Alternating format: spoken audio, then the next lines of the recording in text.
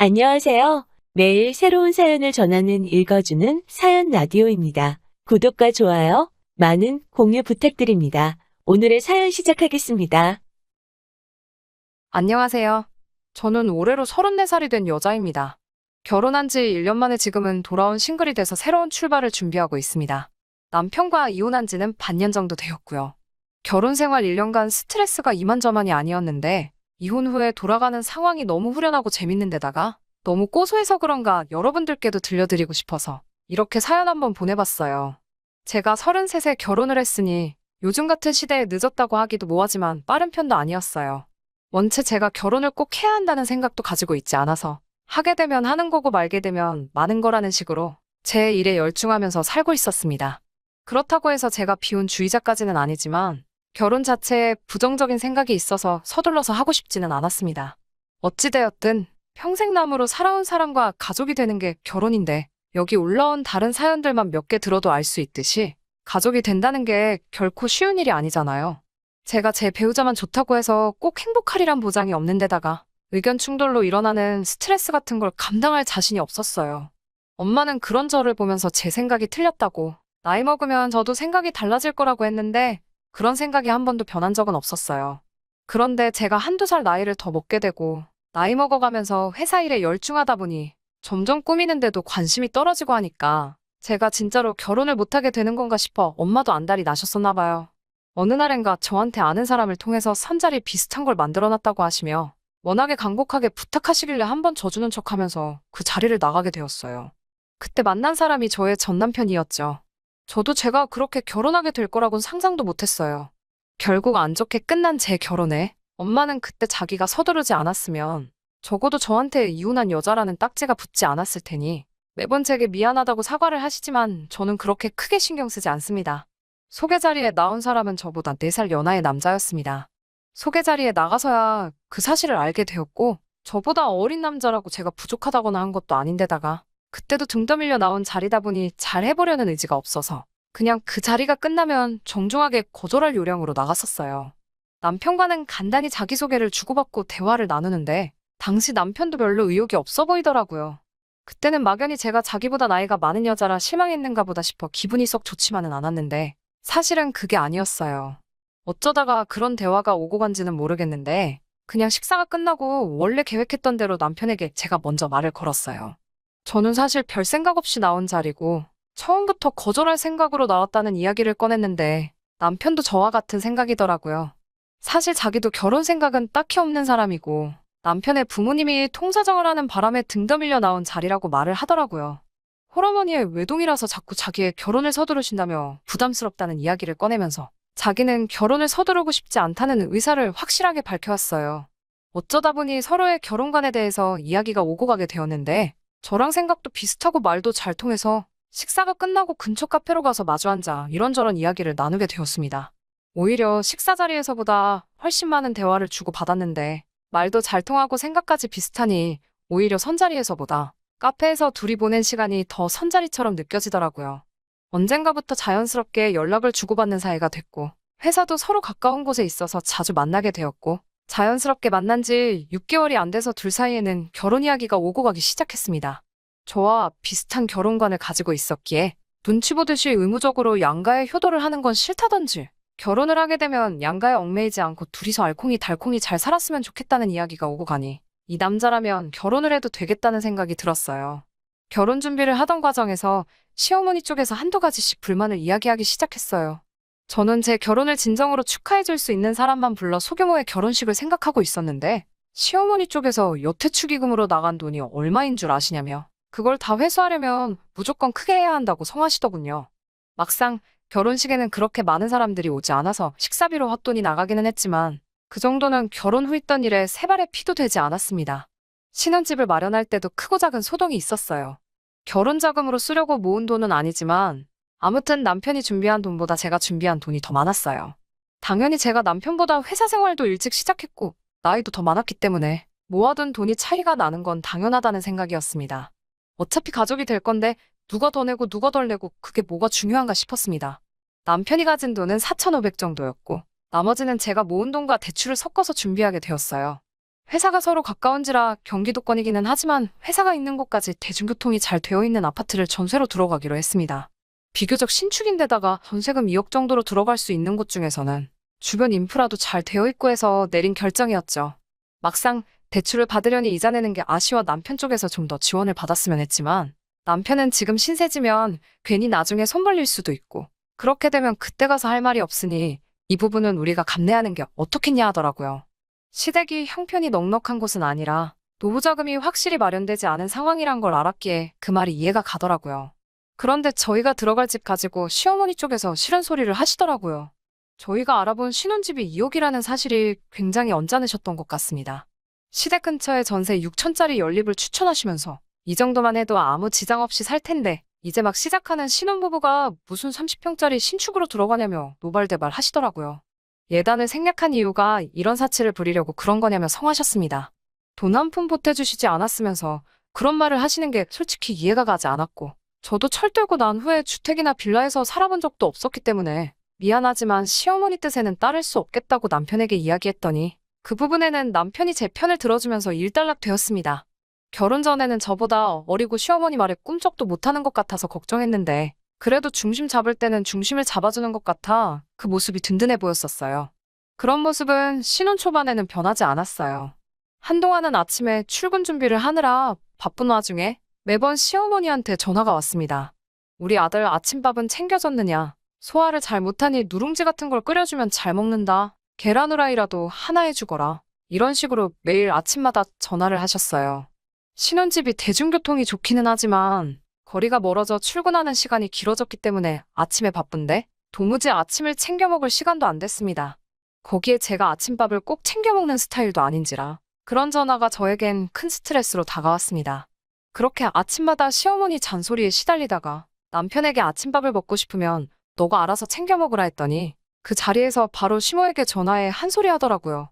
그런 식으로 항상 제 편을 들어주는 모습에 저는 제가 생각해오던 이상적인 결혼 생활을 하게 될 것 같았습니다. 그때까지는 이런 일이 벌어질 거라 전혀 생각해 본 적도 없어요. 시어머니 인생은 시어머니의 인생이고 양가에 똑같이 생활비 정도만 지원해드리면 되지 않겠냐고 했던 남편의 말은 신혼생활을 시작한 지 3개월 만에 돌변하고 말았어요. 어느 날이었어요. 남편이 심각한 얼굴을 하고 긴히 나눌 이야기가 있다며 저를 부르더라고요. 무슨 일이냐 물어봤더니 시어머니께 드리는 생활비를 조금 올리면 어떻겠냐고 물어보더군요. 그게 무슨 뜻이냐 물었더니 시어머니가 건강이 안 좋아지셔서 일을 그만두고 싶어 하신다고 하더라고요. 그래도 아직 환갑도 안 넘으셨고 식당 일이긴 해도 멀쩡히 다니시는 직장이 있는데 무작정 그렇게 하라고 할 수는 없잖아요. 어디가 안 좋으시냐 물어봤더니 요즘 눈도 침침하다고 하시고 허리가 아프다고 하신다고 하더라고요. 그 소리를 들으니 조금 그래서 그 나이 때 어르신들은 원래 눈도 침침하고 허리도 안 좋으신 게 당연한 거라고. 차라리 일을 조금만 줄이시고 우리가 양가에 달마다 30씩 보내는 생활비를 50씩으로 올리면 서로 공평하지 않겠냐고 대답했지요. 그랬더니 남편이 저에게 너는 어떻게 그렇게 계산적일 수가 있냐고. 다른 사람도 아니고 우리 어머니 이야기인데 제가 그렇게 나올 줄은 상상도 못했다고 했습니다. 그래놓고 하는 말이 우리 집은 아버지도 계시고 두 분 다 일을 하고 계시니 솔직히 말하면 시어머니께 더 잘해드려야 하는 게 맞지 않느냐며 굳이 친정에도 생활비를 드릴 필요가 있냐고 화를 냈습니다. 공평하고 말고를 떠나서 저는 이런 식의 의견 충돌이 제가 결혼을 가장 하기 싫었던 이유 중 하나였기 때문에 딱 잘라 그렇게는 해줄 수 없고 이 이야기는 두 번 다시 하지 않겠다고 말하며 제 고집을 꺾지 않았습니다. 제 말을 이해했는지 남편은 그 뒤로 따로 시어머니 생활비 문제로 더 이상 말을 꺼내지 않길래 그냥 이렇게 넘어가는가 보다 싶었어요. 그렇게 한두 달쯤 지났나 봅니다. 남편이 할 이야기가 있다며 퇴근 후에 어디로 오라고 주소를 하나 찍어주더라고요. 위치가 시댁 근처였어서 조금 쎄한 느낌을 받았는데 역시나 그 자리에는 남편과 시어머니가 미리 만나서 저를 기다리고 있었습니다. 무슨 일이냐 물으며 자리에 앉는데 남편은 대뜸 저에게 시어머니 봉양 문제에 대해서 말을 꺼내더라고요. 생활비 정도의 할도리만 한다면 부모 자식의 삶은 각자 따로 사는 삶 아니겠냐며 그동안 제게 해왔던 말들이 무색하게 남편은 이제 어머니가 노쇠하시고 힘에 부처하시니 제가 회사를 그만두고 시어머니를 제가 모시는 게 좋겠다는 이야기를 꺼내더군요. 무슨 소리를 하는가 어이가 없어서 아무 대답도 안 하고 있는데 시어머니가 나서서 하는 말은 더 가관이었습니다. 너네가 신축 아파트 생활도 1년이나 했으면 충분히 한 거라고. 허용과 사치는 그만 부리고 이제 지금 살고 있는 그 아파트 전세를 빼서 아예 시댁으로 들어와서 살라고 하더군요. 그러면서 나이가 34시면 이미 노산이라면서 하루라도 빨리 아이를 가져야 하지 않겠냐는 말까지 꺼냈습니다. 전세금을 전부 빼면 제가 5년 정도 일해서 벌 돈이 수중에 생기는 거고, 그러면 당장 일을 안 해도 되는 것 아니겠냐고 저를 설득하려 하시더군요. 집도 작아지니 둘이서 하면 집안일도 금방 끝날 것이고, 같이 살다가 아이가 생기면 번갈아 가면서 아이를 보면 되니 저한테도 좋은 조건이 아니냐고 했어요. 아직 아이를 가질 생각도 없다는 사실을 말씀드리니 자기가 애를 봐주겠다는데 그게 무슨 말도 안 되는 소리냐고 대본에 대답하시더군요.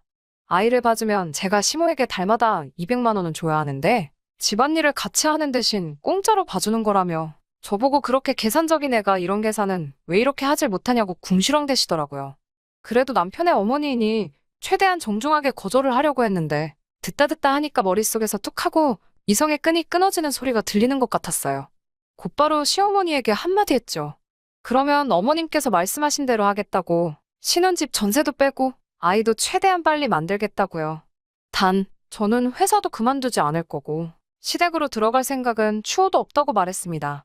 남편이 제 말에 반박을 하면서 그러면 애는 누가 보고 그 비용은 어떻게 감당할 거냐며 어머니가 시키는 대로 하자고 말을 했어요.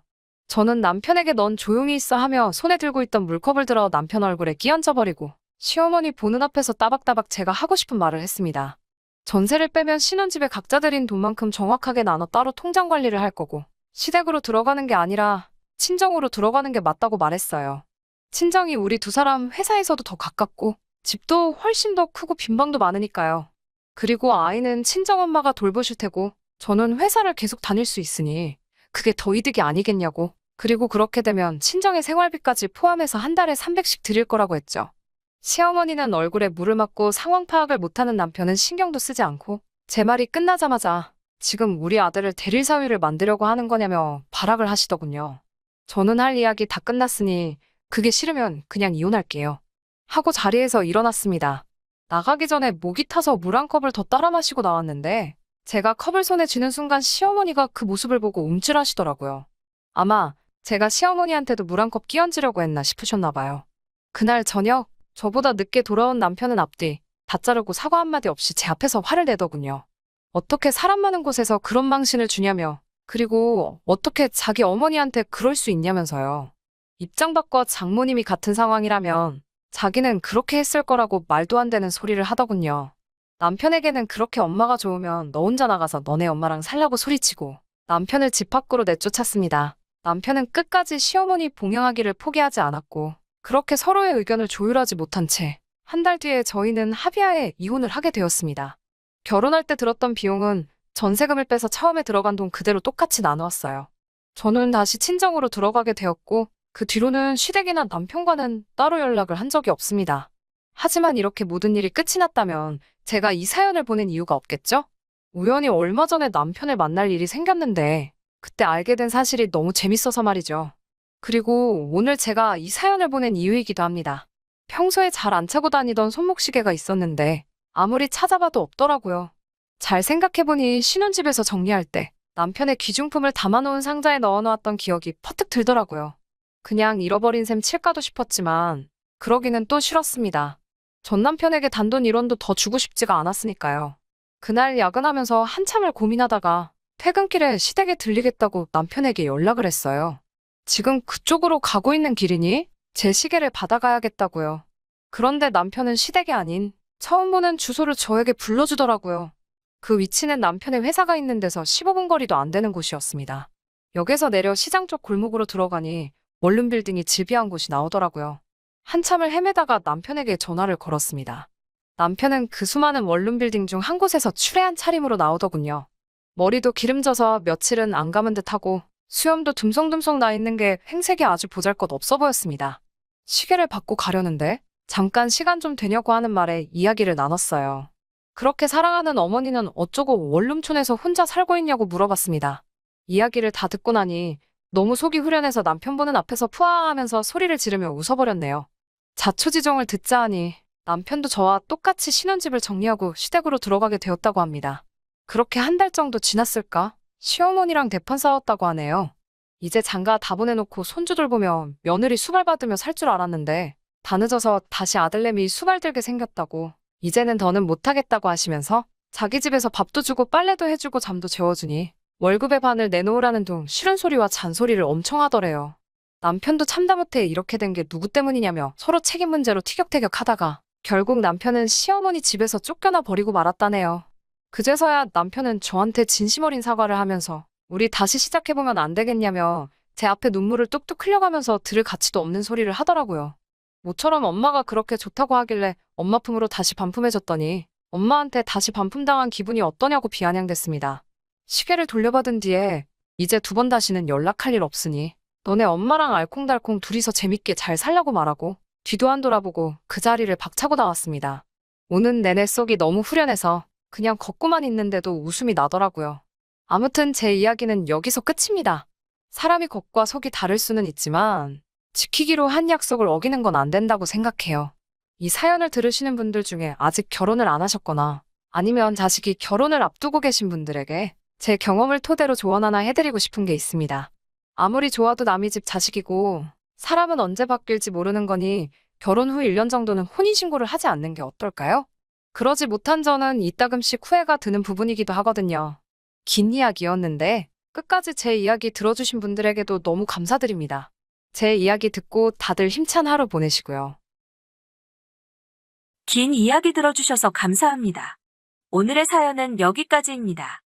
구독과 좋아요, 알람 설정해주시면 앞으로 더 좋은 사연으로 찾아오겠습니다. 감사합니다.